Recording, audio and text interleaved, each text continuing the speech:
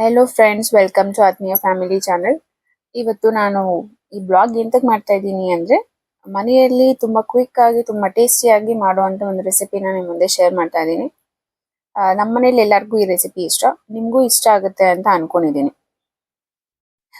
ಏನು ರೆಸಿಪಿ ಇದು ಅಂತ ತಿಳ್ಕೊಳ್ಳೋಕ್ಕಿಂತ ಮುಂಚೆ ನನ್ನ ಚಾನಲ್ಗೆ ನೀವು ಸಬ್ಸ್ಕ್ರೈಬ್ ಆಗಿಲ್ಲ ಅಂದರೆ ದಯವಿಟ್ಟು ಸಬ್ಸ್ಕ್ರೈಬ್ ಆಗಿ, ಮತ್ತು ಈ ರೆಸಿಪಿನ ಎಲ್ಲರಿಗೂ ಶೇರ್ ಮಾಡಿ, ಲೈಕ್ ಮಾಡಿ, ನೀವು ಕೂಡ ಟ್ರೈ ಮಾಡಿ, ಕಮೆಂಟ್ ಮಾಡಿ. ರೆಸಿಪಿ ಬಂದು ಕೋಕೋನಟ್ ರೈಸ್ ಹೇಗೆ ಮಾಡೋದನ್ನ ತಿಳ್ಕೊಳ್ಳೋಣ. ಸೊ ನಾನು ಇಂಗ್ರೀಡಿಯೆಂಟ್ಸ್ನ ಇನ್ ಡೀಟೇಲ್ ಆಗಿ ಹೇಳ್ತಾ ಹೋಗ್ತೀನಿ. ಸೊ ನೀವು ಅದನ್ನು ಫಾಲೋ ಮಾಡಿದ್ರೆ ಸಾಕು. ಓಕೆ, ಒಂದು ಹಾಫ್ ಸ್ಪೂನ್ ಮಸ್ಟರ್ಡ್ ತೊಗೊಂಡಿದ್ದೀನಿ, ಮತ್ತು ಸ್ವಲ್ಪ ಅರಿಶಿಣ, 1 ಸ್ಪೂನ್ ಕಡಲೆಬೇಳೆ, ಸ್ವಲ್ಪ ಕೊತ್ತಂಬರಿ ಸೊಪ್ಪು, ಮತ್ತು ಉದ್ದಿನಬೇಳೆ 1 ಸ್ಪೂನು, 2 ಸ್ಪೂನ್ ಕಡಲೆ ಬೀಜ, 1 ಸ್ಪೂನ್ ಜೀರಿಗೆ, ಸ್ವಲ್ಪ ಕರ್ಬೇವಿನ ಸೊಪ್ಪು, ಮತ್ತು 1 ಬೌಲ್ ರೈಸ್. ಅದಾದಮೇಲೆ ನಿಮಗೆ ಇದು ಒಂದು ನಿಮಗೆ ಮನೇಲಿ ಎಷ್ಟು ಜನ ಇದ್ದಾರೆ ಅದು ಡಿಪೆಂಡ್ಸ್. 1 ಬೌಲ್ ಕೋಕೋನಟ್ ತುರಿ, ಮತ್ತು ಒಂದು 3ರಿಂದ 4 ಮೆಣಸಿನ್ಕಾಯಿ, ಮತ್ತು ಒಂದು 2 to 3 ಸ್ಪೂನ್ ಆಯಿಲ್ ಹಾಕೋಬೇಕಾಗತ್ತೆ. ಮತ್ತೆ ನಾನು ತುಪ್ಪನ ಹಾಕಿದ್ದೀನಿ. ತುಪ್ಪ ನಿಮಗೆ ಆಪ್ಷನಲ್ಲು. 1-2 ಸ್ಪೂನ್ ಆಯಿಲ್ ಹಾಕೊತಾ ಇದ್ದೀನಿ. ಆಯಿಲ್ ಹಾಕೊಂಡ್ಮೇಲೆ ನಾನು ಮಸ್ಟರ್ಡ್ ಹಾಕೊತೀನಿ, ಸಾಸಿವೆ ಸ್ವಲ್ಪ ಅದು ಸಿಡಿದ ಮೇಲೆ ನೀವು ನೆಕ್ಸ್ಟ್ ಇಂಗ್ರೀಡಿಯೆಂಟ್ ಸ್ಟಾರ್ಟ್ ಮಾಡ್ಬೋದು. ಅದಾದಮೇಲೆ ನಾನು 1 ಸ್ಪೂನ್ ಜೀರಿಗೆ ಏನು ತೊಗೊಂಡಿದ್ದೆ ಆ ಜೀರಿಗೆನ ಹಾಕ್ಕೊತಿದ್ದೀನಿ. ಸೊ ಜೀರಿಗೆನ ಫ್ರೈ ಮಾಡಿಕೊಂಡು, ಮತ್ತು ಕರ್ಬೇವಿನ ಸೊಪ್ಪು ಹಾಕ್ಕೊಂಡೆ. ಕರ್ಬೇವಿನ ಸೊಪ್ಪು ಮತ್ತು ಅದ್ರ ಜೊತೆಗೆ ನಾನು ಕಡಲೆಬೇಳೆ ಹಾಕ್ಕೊಂಡು ಫ್ರೈ ಮಾಡ್ಕೊತಾ ಇದ್ದೀನಿ. ಅದೆರಡು ನೀಟಾಗಿ ಫ್ರೈ ಆದಮೇಲೆ ನೀವು ಉದ್ದಿನಬೇಳೆ ಫಸ್ಟೇ ಹಾಕ್ಕೋಬೇಡಿ, ಬೇಗ ಅದು ಸೀದ್ ಬಿಡುತ್ತೆ. ಸೊ ಹಾಗಾಗಿ ನಾನು ಕಡಲೆ ಬೀಜ ಹಾಕ್ಕೊಂಡೆ. ಸೊ ಕಡಲೆ ಬೀಜ ಕೂಡ ನೀಟಾಗಿ ಫ್ರೈ ಆದರೆ ಅದು ಕ್ರಿಸ್ಪಿ ಥರ ಇದ್ದರೆ ತಿನ್ನಲಿಕ್ಕೆ ಚೆನ್ನಾಗಿರುತ್ತೆ. ಸೊ ಕಡಲೆ ಬೀಜ ಎಲ್ಲ ನೀಟಾಗಿ ಫ್ರೈ ಆಗ್ತಿದೆಯಾ ಅಂತ ನೋಡಿಕೊಂಡು ನೀವು ನೆಕ್ಸ್ಟ್ ಇಂಗ್ರೀಡಿಯೆಂಟ್ನ ಹಾಕ್ಕೊಳ್ಳೋದು ಒಳ್ಳೆಯದು. ನೆಕ್ಸ್ಟ್ ಬಂದ್ಬಿಟ್ಟು ನಾನು ಸ್ವಲ್ಪ ಅದು ನೀಟಾಗಿ ಫ್ರೈ ಆಗ್ತಾ ಇದೆ, ಗೊತ್ತಾಗ್ತಿದೆ ನಿಮಗೆ. ಸೊ ಅದು ಕಲರ್ ಕೂಡ ಚೇಂಜ್ ಆಗುತ್ತೆ. ಕಲರ್ ಚೇಂಜ್ ಆದಮೇಲೆ ನಾನು ನೆಕ್ಸ್ಟ್ ಉದ್ದಿನಬೇಳೆ ಹಾಕ್ಕೊಂಡೆ. ಸೊ ಉದ್ದಿನಬೇಳೆ ಹಾಕ್ಕೊಂಡು ಅದನ್ನು ಮತ್ತೆ ಫ್ರೈ ಮಾಡ್ಕೊತಾ ಇದ್ದೀನಿ. ಉದ್ದಿನಬೇಳೆ ಹಾಕಿದ್ಮೇಲೆ ಐ ಥಿಂಕ್ ತುಂಬ ಫ್ರೈ ಮಾಡೋ ನೆಸೆಸಿಟಿ ಇರೋದಿಲ್ಲ, ಯಾಕೆ ಅಂದರೆ ಅದು ಬೇಗ ಸೀದ್ಬಿಡುತ್ತೆ.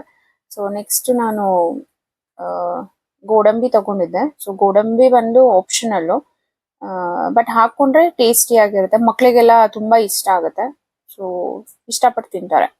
ಮತ್ತು ಮೆಣಸಿನ್ಕಾಯಿ ಏನು ತೊಗೊಂಡಿದ್ದೆ, ಮೆಣಸಿನ್ಕಾಯಿ ಹಾಕ್ಕೊಂಡು ಫ್ರೈ ಮಾಡ್ಕೊತಾ ಇದ್ದೀನಿ. ಇದನ್ನು ನಾನು ಫಸ್ಟೇ ಏನಕ್ಕೆ ಹಾಕಿಲ್ಲ ಅಂದರೆ ಅದು ಕೂಡ ತುಂಬ ಕ್ರಿಸ್ಪಿ ಆಗಿಬಿಡುತ್ತೆ ಫಸ್ಟೇ ಹಾಕ್ಕೊಂಡ್ರೆ. ಸೊ ಹಾಗಾಗಿ ನಾನು ಫಸ್ಟೇ ಹಾಕ್ಕೊಂಡಿಲ್ಲ. ಸ್ವಲ್ಪ ಅರಿಶಿನ ಕೂಡ ನಾನು ಲಾಸ್ಟಲ್ಲಿ ಹಾಕ್ಕೊತಾ ಇದ್ದೀನಿ. ರೀಸನ್ ಇಷ್ಟೇ, ಫಸ್ಟೇ ಹಾಕಿದ್ರೆ ನಿಮಗೆ ಬೇರೆ ಇಂಗ್ರೀಡಿಯೆಂಟ್ಸ್ ಅದು ನೀಟಾಗಿ ಕಲರ್ ಚೇಂಜ್ ಆಗೋದು ಗೊತ್ತಾಗೋದಿಲ್ಲ. ಬಿಕಾಸ್ ಅರಿಶಿನ ಫಸ್ಟೇ ಹಾಕಿದ ತಕ್ಷಣ ಅದು ಕಲರ್ ಚೇಂಜ್ ಆಗಿಬಿಡುತ್ತೆ ಇಮಿಡಿಯೇಟಾಗಿ. ಸೊ ಹಂಗಾಗಿ ನಾನು ಲಾಸ್ಟಲ್ಲಿ ಹಾಕ್ಕೊಂಡಿದ್ದೀನಿ. ಸೊ ನೆಕ್ಸ್ಟ್ ನಾನು 1-2 ಸ್ಪೂನ್ ತುಪ್ಪ ಕೂಡ ಹಾಕ್ಕೊತೀನಿ. ತುಪ್ಪ ಬಂದು ನಿಮಗೆ ಆಪ್ಷನಲ್ಲು, ನಿಮಗೆ ಇಷ್ಟ ಆಗುತ್ತೆ ಅನ್ನೋದಿದ್ರೆ ಖಂಡಿತ ಹಾಕ್ಕೊಳ್ಳಿ, ಟೇಸ್ಟ್ ತುಂಬ ಚೆನ್ನಾಗಿರುತ್ತೆ. ಇಲ್ಲ ಅಂದರೆ ಬೇಡ, ಎಣ್ಣೆನೇ ಸಾಕು. ಅದಾದಮೇಲೆ ಒಂದು ಬೌಲಲ್ಲಿ ಏನು ಕಾಯಿ ತುರಿ ತೊಗೊಂಡಿದ್ದೆ, ಸೊ ಆ ಕಾಯಿ ತುರಿ ಹಾಕ್ಕೊಂಡಿದ್ದೀನಿ. ಅದನ್ನು ತುಂಬ ಫ್ರೈ ಮಾಡೋದು ಬೇಡ, ತುಂಬ ಫ್ರೈ ಆದರೆ ಅಷ್ಟು ಟೇಸ್ಟ್ ಇರೋದಿಲ್ಲ. ಸೊ ಮೀಡಿಯಮ್ ಆಗಿ ಅದನ್ನು ನೀಟಾಗಿ ಮಿಕ್ಸ್ ಮಾಡ್ಕೊಳ್ಳಿ. ಮಿಕ್ಸ್ ಮಾಡ್ಕೊಂಡಿದ್ದಾದಮೇಲೆ ನೀವು ನೆಕ್ಸ್ಟ್ ರೈಸ್ ಹಾಕ್ಕೋಬೇಕಾಗತ್ತೆ. ಸೊ ನೋಡ್ತಾ ಇದ್ದೀರಾ, ನೀಟಾಗಿ ಮಿಕ್ಸ್ ಆಗ್ತಾ ಇದೆ.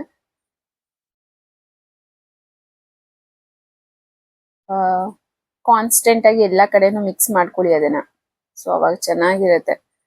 ಅದಾದಮೇಲೆ ನೀವು ಮನೆಯಲ್ಲಿ ಎಷ್ಟು ಜನ ಇರ್ತಾರೆ ಅದು ನೋಡಿಕೊಂಡು ರೈಸ್ ಕ್ವಾಂಟಿಟಿ ಹಾಕೋದು ಬೆಸ್ಟು. ನಾನು ಇವಾಗ ಇಲ್ಲಿ ಮಾಡ್ತಾ ಇರೋದು ಒಂದು ಇಬ್ಬರಿಗೆ ಆಗೋಷ್ಟು, ಬಿಕಾಸ್ ನಾವು ಮನೇಲಿ ಇರೋದು ಇಬ್ಬರೇ, ಇನ್ನಿಬ್ಬರು ಮಕ್ಕಳು. ಸೊ ಹಾಗಾಗಿ ಅವ್ರಿಗೆಲ್ಲರಿಗೂ ಎಷ್ಟು ಬೇಕು ಆ ಕ್ವಾಂಟಿಟಿ ನೋಡಿಕೊಂಡು ನಾನು ರೈಸ್ನ ಹಾಕ್ಕೊಂಡಿದ್ದೀನಿ. ನೀವು ಮನೇಲಿ ಟ್ರೈ ಮಾಡಬೇಕಾದ್ರೆ ಎಕ್ಸಾಕ್ಟ್ಲಿ ನಿಮಗೆ ಎಷ್ಟು ಬೇಕಾಗುತ್ತೆ ಅದು ಡಿಪೆಂಡ್ಸ್, ನೀವು ಹಾಕ್ಕೊಂಡ್ರೆ ಒಳ್ಳೆಯದು. ಮತ್ತೆ ಯೂಶಲಿ ನಾನು ಅನ್ನ ಮಾಡ್ಬೇಕಾದ್ರೇನೆ ಉಪ್ಪು ಹಾಕಿರ್ತೀನಿ. ಹಾಗಾಗಿ ನಾನು ಇವಾಗ ಉಪ್ಪು ಸ್ವಲ್ಪ ಕಮ್ಮಿನೇ ಹಾಕ್ತೀನಿ. ಸೊ ರುಚಿಗೆ ಎಷ್ಟು ಬೇಕಾಗತ್ತೆ ಅಷ್ಟು ನೋಡ್ಕೊಂಡು ನೀವು ಉಪ್ಪು ಹಾಕೋದು ಚೆನ್ನಾಗಿರುತ್ತೆ. ಸೊ ಅನ್ನ ನೀಟಾಗಿ ಉಡಿ ಉಡಿಯಾಗಿ ಮಾಡ್ಕೊಂಡಿರಿ. ಮಾಡ್ಕೊಂಡು ಅದನ್ನ ಫಸ್ಟೇ ಸ್ವಲ್ಪ ಎತ್ತಿಟ್ಕೊಂಡ್ಬಿಡಿ. ಬಿಸಿ ಅನ್ನ ಇದೆಲ್ಲ ಹಾಕ್ಬಾರ್ದು. ಬಿಸಿ ಅನ್ನ ಹಾಕಿದ್ರೆ ನಿಮ್ಗೆ ಉಡಿ ಉಡಿಯಾಗಿರೋದಿಲ್ಲ. ಮತ್ತೆ ಅದು ನೋಡ್ಲಿಕ್ಕೂ ಚೆನ್ನಾಗಿರಲ್ಲ, ತಿನ್ಲಿಕ್ಕೂ ಚೆನ್ನಾಗಿರಲ್ಲ. ಸೊ ಸ್ವಲ್ಪ ಅನ್ನನ ನೀಟಾಗಿ ಮಾಡ್ಕೋಬೇಕಾದ್ರೇನೆ ಹುಡಿ ಹುಡಿಯಾಗಿ ಮಾಡ್ಕೊಂಡ್ರೆ ಬೆಸ್ಟ್.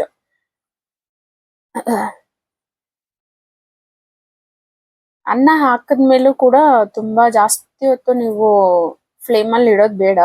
ಸೊ ಲೋ ಫ್ಲೇಮಲ್ಲೇ ಇದನ್ನೆಲ್ಲ ಮಾಡ್ಕೊಂಡ್ರೆ ಬೆಸ್ಟ್.